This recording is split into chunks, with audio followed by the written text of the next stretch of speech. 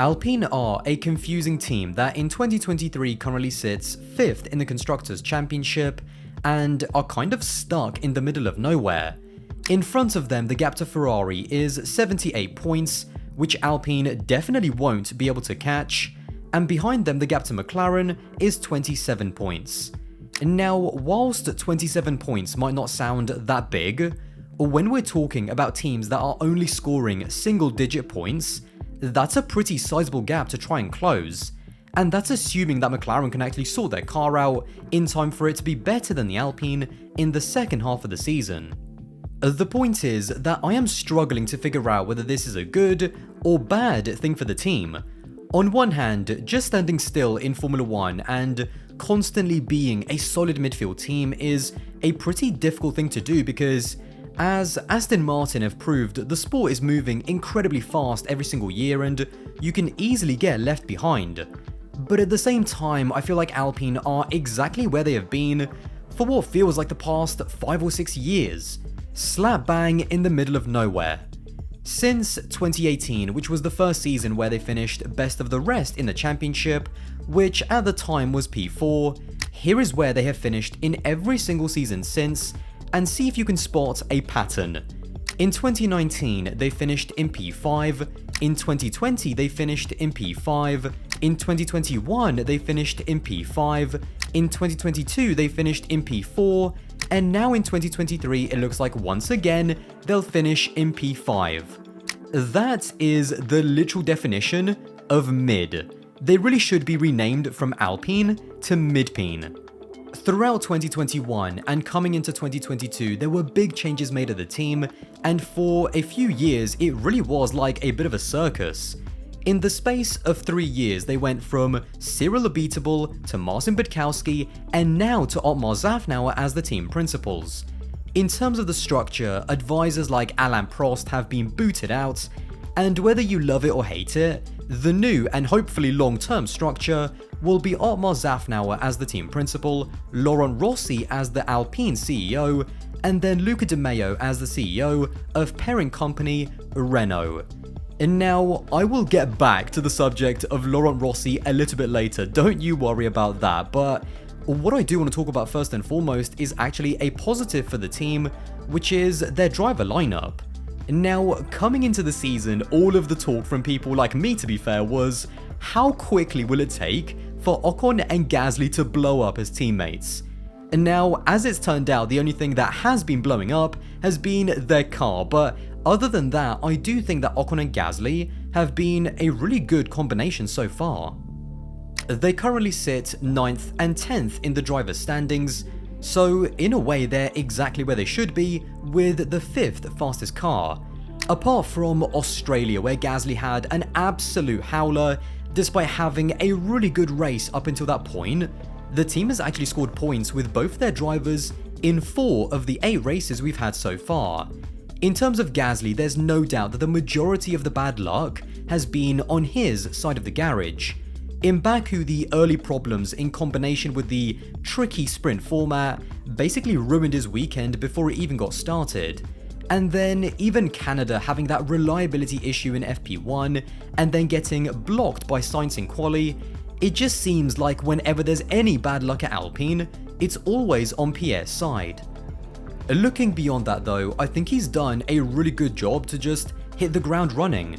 He's scored points in 5 races, he's only trailing Ocon 5-3 in qualifying, and we've already seen that when everything goes smoothly, Gasly has the outright pace to beat Ocon over a weekend. Alpine are in a good position because the combination of Ocon and Gasly, if I use a front-running analogy, I think Alpine have more of a Mercedes driver lineup than an Aston Martin. Both drivers are going to push each other, and provided that it doesn't turn into a French civil war, that should mean that they have 2 cars scoring good points. Going into the season, there was definitely a lot of pressure on Ocon because, as the driver with the long-term contract, the perception is that Ocon is kind of like the number 1 driver there. To get that Monaco podium so early in the season was massive.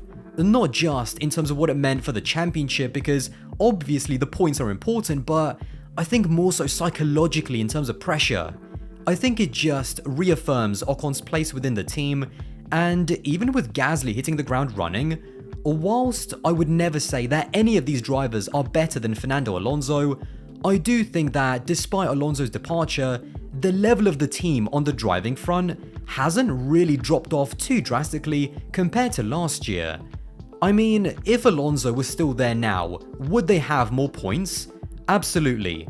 But I still think they'd be exactly where they are now, in the championship. In late 2021, the team said that beginning in 2022, they had a 100 race project. Now, it was a bit vague in terms of what it actually was, because Laurent Rossi then went on to say that by 2024, they wanted to reach a level of competitiveness that places us on the podium as many times as possible in 2024, which I believe is true of every single team on the grid, because I'm pretty sure even Williams would like to be on the podium as many times as possible. Or whichever way you interpret what they said, I think we can roughly say that they want to be where Aston Martin are now in 2024, challenging for the podium on a consistent basis and occasionally troubling for the win. And now, if Aston Martin can make that jump that they did, then Alpine, theoretically looking at last year and this year, should be even closer. But based off their history, there's nothing that makes me think that they can overtake any of the top 4 teams next year. After Australia and Baku, which were 2 disastrous races for the team in different ways, Laurent Rossi felt the need to publicly come out and speak to both the biggest French channel that broadcasts F1 in Canal Plus, I believe that's how you pronounce it in my Google Translate French, and then also to the official F1 website. He basically went on a massive rant calling out the team's poor execution and also calling them amateurish. He then underlined those comments before the Miami Grand Prix by saying that he wouldn't wait until the end of the season to make changes if Alpine kept under-delivering, and that was a pretty obvious dig at Otmar Szafnauer, basically saying he could also get sacked. And now, I don't necessarily disagree with what he said, because he was right. Australia and Baku were disaster classes by both the drivers and also the team. But whether you think it was the right or wrong way to go about it, the fact is that in the next 4 races, the team scored points 7 times with their 2 drivers and also achieved a 3rd place podium in Monaco. It's one of those situations where, does correlation actually equal causality? It's difficult to say. Rossi no doubt will feel like he basically scored the Monaco podium all by himself with his amazingly motivational rants, whilst I'm sure the team and drivers will probably feel like they finally just had a more clean weekend to actually use the car's pace. Although Alpine have a good foundation, I just find it hard to see what they have over the other teams around them that means that they're the team that's best placed to take that leap. Red Bull have nailed the aero regulations and they have Verstappen, Mercedes are moving in the right direction and they have Hamilton, Aston Martin have taken key people, they've invested in a new factory and they have Alonso, Ferrari, despite all of their flaws, did make a race-winning car less than a year ago and they have Leclerc, and even McLaren, although they are under-delivering, they've recently reshuffled their technical department, they've hired Rob Marshall from Red Bull, they also have a new wind tunnel, and most importantly, they have Lando Norris. Realistically, McLaren is kind of Alpine's biggest rival in terms of who is going to make that leap. Otmar Szafnauer in May did an interview talking about Alpine's planned expansion, which I'll link below if you're interested to read it in full. But to be honest, he didn't exactly sound very optimistic in saying that they need a new wind tunnel, they need new simulator tools, and also new personnel. But the time frame that he was talking about was about 2 to 3 years away, and more realistically 2026. By then, their 100 race plan will basically be over. And so somehow they're expecting to make a massive leap with the same people, the same tools, and the same facilities they already have, despite not showing any signs that they can make that leap since Renault bought the team back in 2016. Now, people always talk a lot about them being a manufacturer, which is super important to success.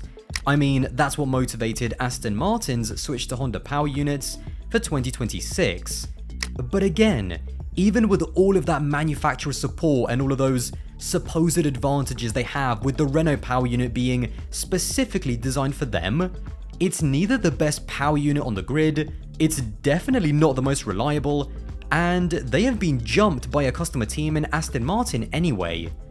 During the Miami Grand Prix, there were also rumors of Alpine trying to sell a minority stake of their team to an American company called AutoNation, which they hoped would add an injection of cash, which they could then use to expand the team under the budget cap.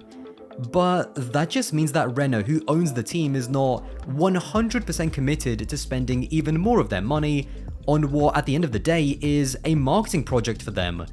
And they're looking for someone else to bankroll the team's expansion in return for a slice of the team. What all of this means for the here and now is difficult to say. Alpine have a good car, they have quality drivers, and I'm sure they're going to finish 5th this year and do a good job. But the closer we get to that 100 race deadline, which is only going to invite more pressure on the team and the drivers, the more I just can't see them ever getting out of that middle of nowhere spot. Well, there you have it. If you did enjoy this video and want to support the channel, then don't forget to subscribe, and I'll see you in the next one.